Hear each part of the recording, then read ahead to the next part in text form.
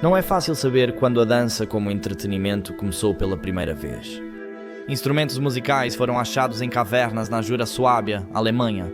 A flauta de osso tem cerca de 40 mil anos, e se eles já fabricavam instrumentos, é provável que as pessoas já fizessem música com suas vozes há muito mais tempo. E onde há música, há dança? Na Idade Média, música e dança eram fundamentais em eventos sociais e cerimônias religiosas. Isso proporcionava um senso de união e bem-estar que para a maioria da população camponesa provavelmente era escasso. Mas que tipo de danças eles gostavam e o que acontecia quando essa dança saía do controle? Durante a Idade Média, a igreja influenciava quase tudo na Europa, então não espere por salsa e provavelmente também não por twerking. Então você acha que sabe tudo sobre cavaleiros, castelos e reis? Prepare-se, pois estamos lançando um canal de história dedicado ao Império Romano. Você deve estar pensando, espera, Império Romano, isso não é antes das minhas lendas medievais favoritas? Bem sim, mas fique comigo. Roma é onde tudo começou.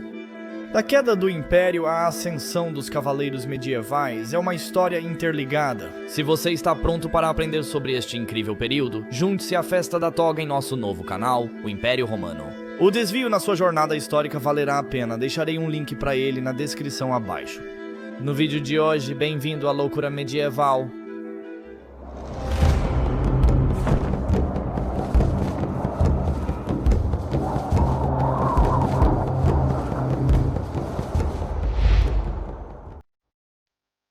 Todo mundo corte solto.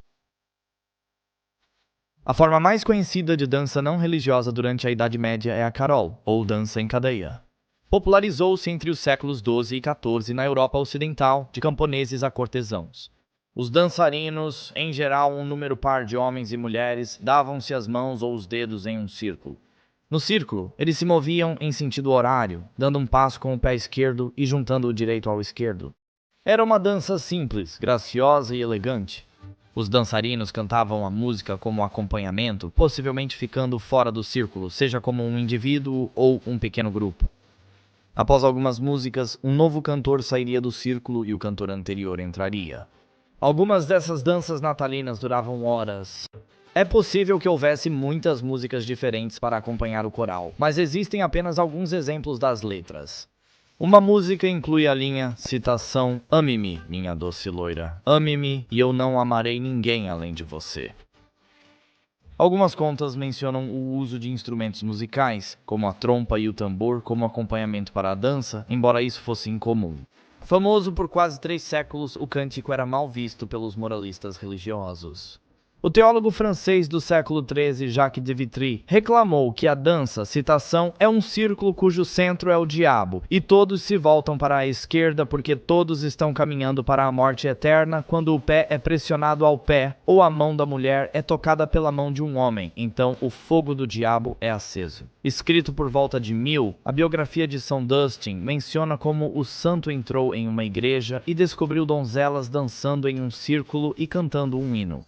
Mas o autor desconhecido do manuscrito do século XIV, Muriel de Montes, descobriu que, citação, todos aqueles homens e mulheres que cantam pecam em cada membro de seus corpos ao girar elegantemente e ao mover e agitar seus braços, ao cantar e ao falar desonrosamente. A letra da música pode ter sido obscena demais para o seu gosto. Outras danças circulares medievais incluíam a Breimler, onde os casais se moviam lateralmente trocando de parceiros. Uma das primeiras danças de casais medievais veio do Rudlieb, um manuscrito de romance latino do sul da Alemanha. A dança do século XI, descrita em uma festa de casamento, cita: o jovem se levantou e a jovem também. Ele gira como um falcão e ela como uma andorinha, mas quando se encontraram, passaram um pelo outro rapidamente novamente. Ele parecia deslizar, ela parecia flutuar. Permissão para dançar.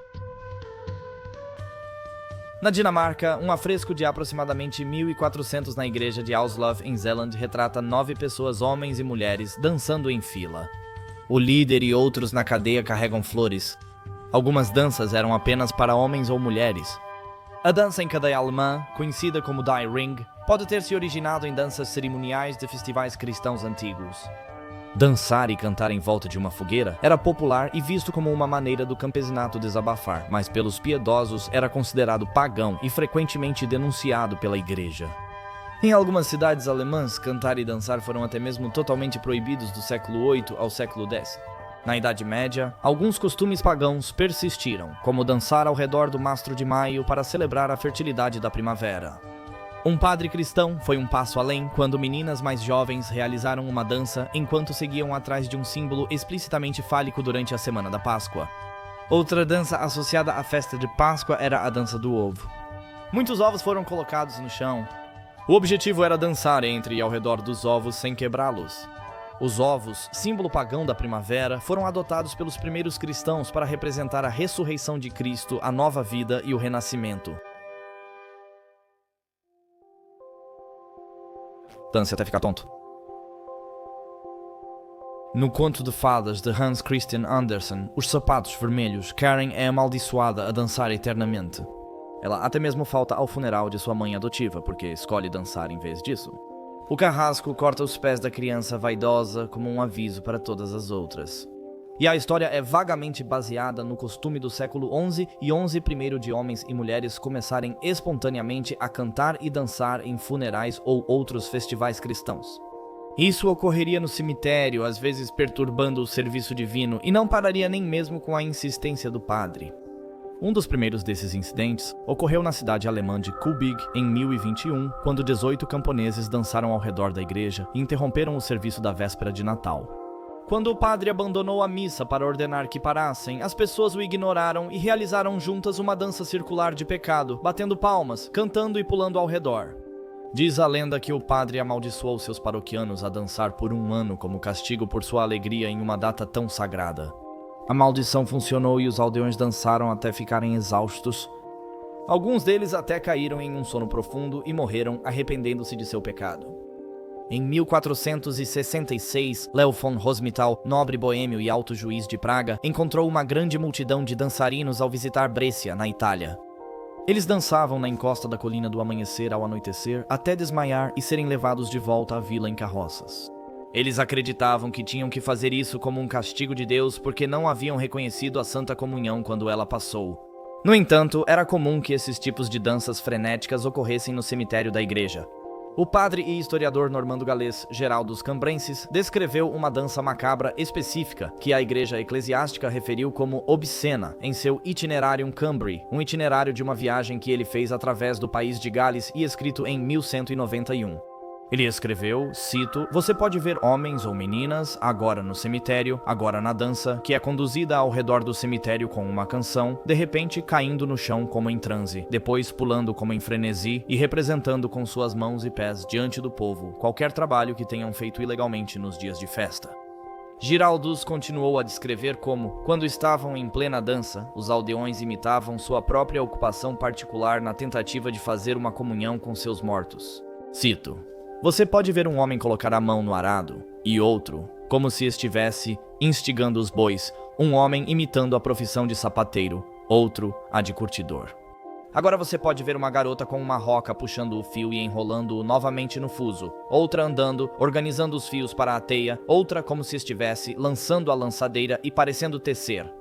Ao serem trazidos para a igreja e levados ao altar com suas ofertas, você ficará surpreso ao vê-los de repente despertados e voltando a si mesmos."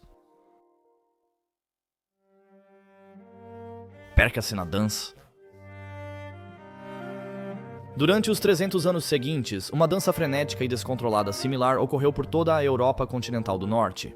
O incidente em 1237 de um grande grupo de crianças pulando e dançando entre Erfurt e Arnstadt é provavelmente a origem da lenda do flautista de Hamelin. Em outro incidente no rio Meuse, uma ponte desabou quando cerca de 200 pessoas começaram a dançar. Muitos dos sobreviventes foram cuidados na capela de São Vito nas proximidades, originando a aflição conhecida como coreomania, também chamada de dança de São Vito. Incidentes ainda ocorriam lá no século XVII. O médico alemão Gregor Horst notou que, cito, "Várias mulheres que visitam anualmente a capela de São Vito, em Dreffelhausen, dançam loucamente o dia e a noite toda até desmaiarem em êxtase." Dessa forma, elas voltam a si e sentem pouco ou nada até o próximo mês de maio, quando são novamente forçadas, por volta do dia de São Vito, a se dirigirem àquele lugar. Disse que uma dessas mulheres dançou todos os anos pelos últimos 20 anos, outra por um total de 32. A vida é uma dança. Um surto precoce de dança descontrolada ocorreu em 1374 em Aachen, Alemanha.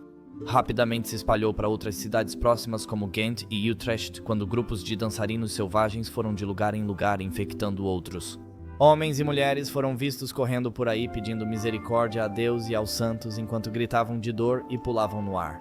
Aqueles que se recuperaram foram a locais sagrados em busca de conforto, mas acabaram se perdendo em danças e transes selvagens ao chegarem lá. Mais ao noroeste, subindo o rio Moselle, as pessoas acreditavam que dançar era uma forma de apaziguar os santos, sugerindo um possível significado religioso para a dança. Dançar por horas até a exaustão e com os pés sangrando poderia ser visto como uma forma de autopunição e penitência. Os principais médicos acreditavam que a dança era uma doença natural causada por sangue superaquecido. Houve outras epidemias, como a que ocorreu na Suíça em 1418.